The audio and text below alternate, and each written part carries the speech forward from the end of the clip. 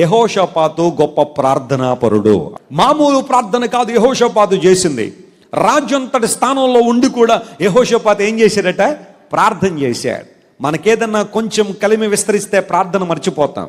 దేవుడు ప్రేమించి ఏదైనా మంచి ఉద్యోగం ఇచ్చాడంటే మాకు ప్రార్థన చేయడానికి టైం ఎక్కడ ఉంటుంది? పాస్టర్ గారు, వెస్లీ గారు, మా కోసం మీరే కొంచెం ఉపవాస ప్రార్థన చేసేయండి అని సేవకుల మీద తోసేస్తూ ఉంటారు. ప్రార్థనా భారం చేస్తాం, సరే మీకోసం ప్రార్థన చేయడానికి ఉన్నాం, అయితే మేము చేస్తాం కదా అని చెప్పి మీరు రోడ్ల మీద తిరుగుతారా? మేము చేస్తున్నాం కదా అని చెప్పి మీరు ఇష్టానుసారం ఉంటారా? దేవుని సేవకులు ప్రార్థన చేయాలి, మీరు కూడా ఏం చేసుకోవాలి? ప్రార్థన చేసుకోవాలి. కొంతమంది ఆ సేవడికో గోత్రం, ఈ సేవడికో గోత్రం, ఈ సేవడికో గోత్రం, రే రాసేరా 10 మందికి సేవకులకు ఉత్తరాలు రాసాయి, పోస్ట్ కార్డు ₹10 కదా, దాని నిండా రాసాయని చెప్పి ప్రార్థనా వసతులన్నీ రాసి 10 మంది సేవకులు పంపించేసి ఇంట్లో టీవీ వేసుకుని చూస్తూ ఉంటాడు అయ్యగారు. ఇంకా ఉపయోగం ఏముంది? నువ్వు ఇంట్లో టీవీ వేసుకొని చూస్తూ, సినిమాలు చూస్తూ, ఇష్టానుసారం జీవిస్తూ, తాగి రోడ్ల మీద పడిపోతూ మాలాంటి సేవకులు 100 మంది ప్రార్థన చేస్తే ఉపయోగం ఏముంది నీ జీవితంలో? యెహోషాపాతు రాజు అయినప్పటికీ ఈ రోజున కొంచెం బిజీ అయిపోతే, కొంచెం ఉద్యోగంలో మంచి స్థానం వస్తే ప్రార్థన చేయడానికి టైం దొరకట్లేదు మనకి.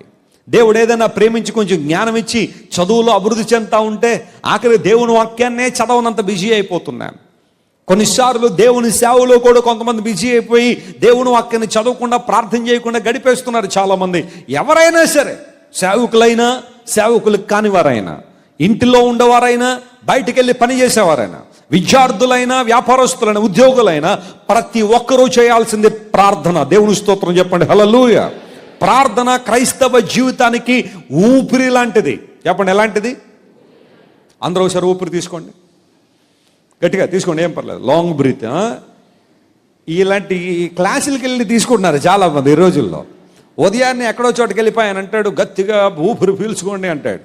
వీళ్ళు అలా ఊపిరి బిగబెట్టి గురువు గారు ఏమి చెప్పట్లేదంటే అని చూస్తూ ఉంటారు. ఊపిరి పీల్చుకోవడానికి కూడా క్లాసులు ఈ రోజుల్లో. అయితే క్రైస్తవునికి యోగాలు అక్కర్లా, దేవుని బిడ్డలకు ఆసనాలు అక్కర్లా, ప్రార్థనే గొప్ప ఆసనం. దేవుని నామ స్తోత్రం చెప్పండి, హల్లెలూయా.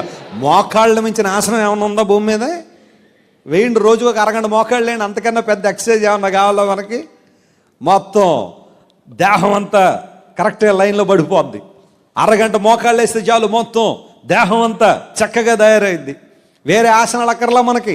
ప్రార్థన ఏమన్నా ఆసనం. దేవునితో మాట్లాడడం, ప్రార్థనలో ఉన్నంత ఏకాగ్రత ఈ భూమి మీద మరే విషయంలో కూడా లేదు. దేవుని స్తోత్రం చెప్పండి, హల్లెలూయా. అందును బట్టి యేసు ప్రభు అన్నాడు, ప్రార్థన చేయడం శిష్యులకు ఆయన నేర్పించాడు. శిష్యులు వచ్చి అడిగారు, ప్రభువా మాకు ప్రార్థన చేయడం నేర్పించు నాయనా, lord teach us to pray.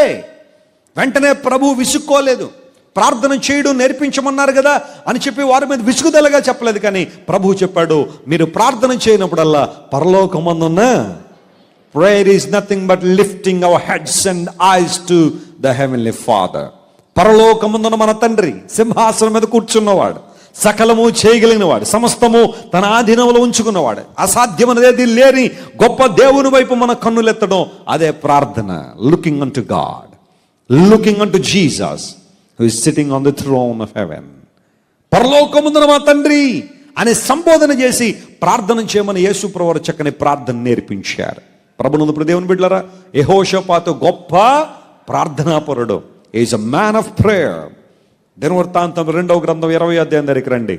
త్వరగా కొన్ని విషయాలు మీతో మాట్లాడతా. దినవృత్తాంతం 2వ గ్రంథం 20వ అధ్యాయం 12వ వచనం చదువుదాం ఒకసారి.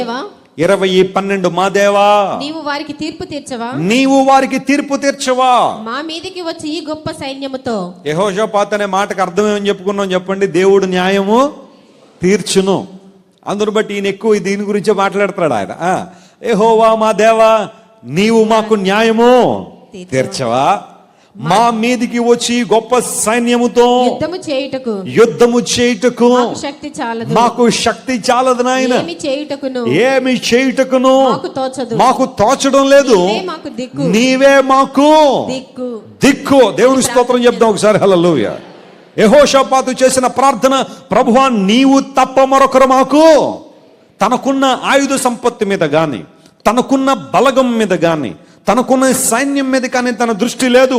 అవన్నీ లేవా అంటే ఉన్నాయి. యెహోషాపాతుకి సైన్యం ఉంది, యెహోషాపాతుకి ప్రజలున్నారు, యెహోషాపాతు కూడా ఉన్నతమైన స్థితిలో ఉన్నవాడే.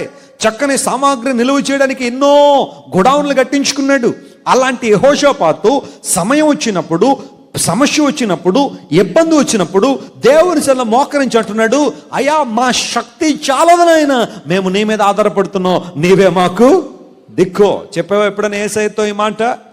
ఉద్యోగం లేదు, చాలా కాలం నుండి బాధపడుతున్నావు, ప్రభువా ఇంతకాలం నా సొంత జ్ఞానం మీద, నా సొంత తలంపుల మీద ఆధారపడ్డాను, కానీ ఇకపై ప్రార్థిస్తున్నాడు, ప్రభువా నీవే నాకు దిక్కు అని ప్రార్థన చేసావు ఎప్పుడైనా? కుటుంబంలో సమస్యలు చెలరేగుతున్నప్పుడు నీ సొంత జ్ఞానంతో సాల్వ్ చేసుకోవాలని ప్రయత్నం చేసావు, కానీ నీ సొంత జ్ఞానంతో వాటిని పరిష్కరించుకోవాలని ప్రయత్నం చేసావు, కానీ అవి నీకు పరిష్కారం ఇవ్వలేదు. అడుగు ఈ రోజున, ప్రభువా నీవే నాకు దిక్కు ప్రభువా. ఆఫీసులో ఏదో సమస్య వచ్చింది, మోకాళ్ళు వేయి, ప్రభువా నీవే నాకు దిక్కు నాయన. సమస్యలు, ఆ తర్వాత అపవాదిక శోధనలు భయంకరంగానే మీదకి వస్తున్నాయి. దురాత్మ శక్తుల ప్రభావం ఒకళ్ళ మీద పనిచేస్తున్నట్టుగా అనిపిస్తూ ఉంటే వెయ్యి మోకాళ్ళు వేసి యెహోషాపాతు ప్రార్థన చేసినట్టుగా, ఈ గొప్ప సైన్యంతో పోరాడడానికి మాకైతే శక్తి లేదు, కానీ మాకు శక్తినిచ్చి నీవు ఉన్నంత కాలం విజయం మాదే. దేవుడు నామమున స్తోత్రం కలుగును గాక. నీవే మాకు దిక్కు ప్రభువా. మీరు అధ్యాయం అంతా ఇంటికి వెళ్ళినారు, చదవండి. 3 రకాలైన శత్రువులు యెహోషాపాతు మీదకి వచ్చారు. మోయాబీలు, అమ్మోనీయులు, మెయోనీయులు అనబడే 3 శత్రువులు యెహోషాపాతు మీద దండెత్తి వచ్చి, ఒక మాటలో చెప్పాలంటే 4 కార్నర్స్ అందరూ కూడా చుట్టుముట్టేశారు. యెహోషాపాతు లోపల ఉక్కిరి బిక్కిరి అయిపోతున్న పరిస్థితి. ఆ సందర్భంలో అటు ఇటు పరిగెత్తలేదు, కానీ ఎటు పరిగెత్తాడు? దేవుని వైపు చూశాడు. నీకు సమస్య వచ్చిందా? ఇబ్బంది వచ్చిందా? ప్రతికూల పరిస్థితులను అణగదొరుకుతున్నాయా? అపవాదులను అణిచివేయడానికి ప్రయత్నం చేస్తున్నాడా? వెయ్యి మోకాళ్ళే దేవుని సన్నిధిలో, ఆయన సన్నిధిలోనే నీకు నెమ్మది, ఆయన సన్నిధిలోనే పరిష్కారం. ప్రార్థన చేయడం ద్వారా, దేవుని సన్నిధిలో నువ్వు చూడడం ద్వారా దేవుడు ఖచ్చితంగా పరిష్కారం ఇస్తాడు. అద్భుతాలు నీ జీవితంలో జరుగుతాయి. మన సంఘంలో ఎన్నో ప్రైజ్ రిపోర్ట్స్ మనం వింటున్నాం.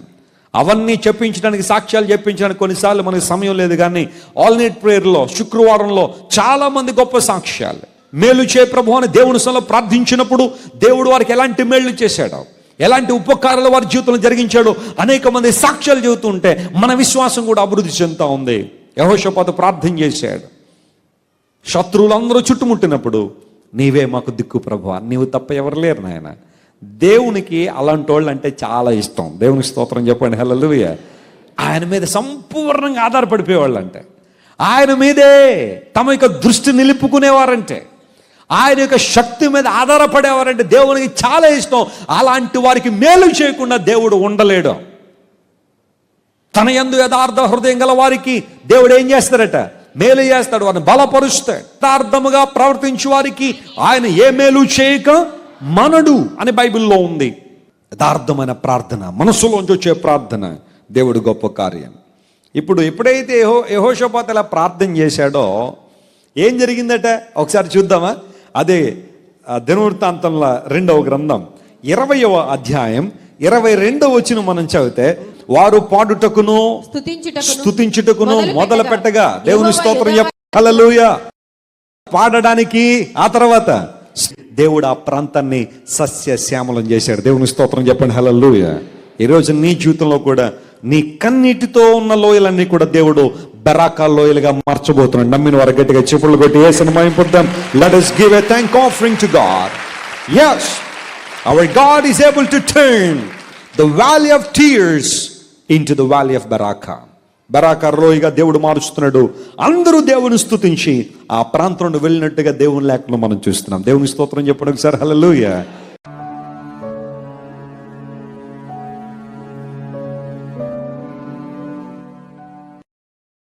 Share chat.